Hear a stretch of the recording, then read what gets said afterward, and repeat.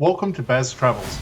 After driving 14,826 kilometers through 24 states and Washington, D.C., I've seen rocket launches to the Grand Canyon and Hoover Dam. I've explored Route 66, ghost towns, deserts, snow, and beaches on both coasts. From Vegas casinos to Alcatraz, the White House to Hollywood. Join me for a journey of the ordinary and the extraordinary.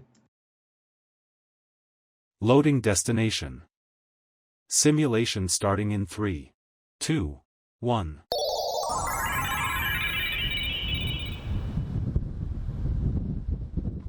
To look around, move your phone or tablet. Click and drag if on a computer or move your head if using a VR headset. Please like and subscribe. Welcome to episode 67. We're continuing our look around San Francisco. Today we walk east from Pier 39 towards Pier 33, along the edge of the Embarcadero. This stretch of the waterfront shows just how closely San Francisco lies with its geography. The bay curves gently here, and the line of the piers actually follow the original 1850s shoreline. Everything inland from this point was once water, filled gradually over the decades to create more space for the growing city. Beneath the pavement are layers of old seawalls, timber pilings, and debris from the 1906 earthquake, all resting on reclaimed ground that engineers continuously monitor for movement and rising tides. Along the path, you'll notice the seawall repair and resilient project. The seawall, first built in the late 1800s, protects over 3 miles of waterfront. Modern upgrades aren't just about erosion. They're also designed to defend against sea level rise projected over the next 50 years. San Francisco's approach has become a model for other coastline cities, combining heritage preservation with climate adaptation. The bay itself tells another story. Though it looks calm, it's one of the most environmentally monitored bodies of water on the West Coast. The San Francisco Estuary Institute tracks water quality, tidal flows, and marine species here, ensuring that tourism, transport, and ecology can coexist. Many of the docks and pilings you see now include living structure materials, rough surfaces and tidal pockets that encourage barnacles and kelp growth to stabilize the marine ecosystem. Walking this section in the early morning, it's easy to forget how close you are to the downtown core.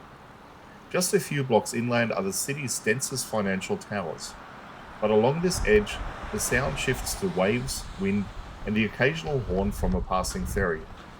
This constant meeting of urban and natural environments is what makes San Francisco's waterfront distinctive. It functions as both a walking transit corridor and a linear park. We end today's walk near Pier 33, where the city's balance between preservation and progress is most visible, an active working waterfront still adapting to new environmental realities.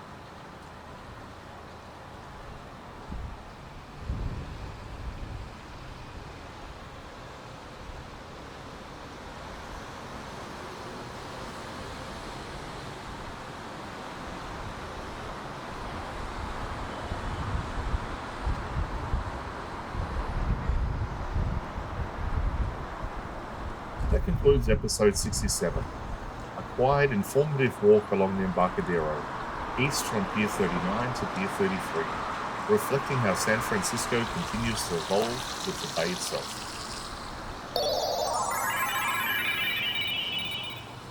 Simulation terminated. Please comment, like and subscribe.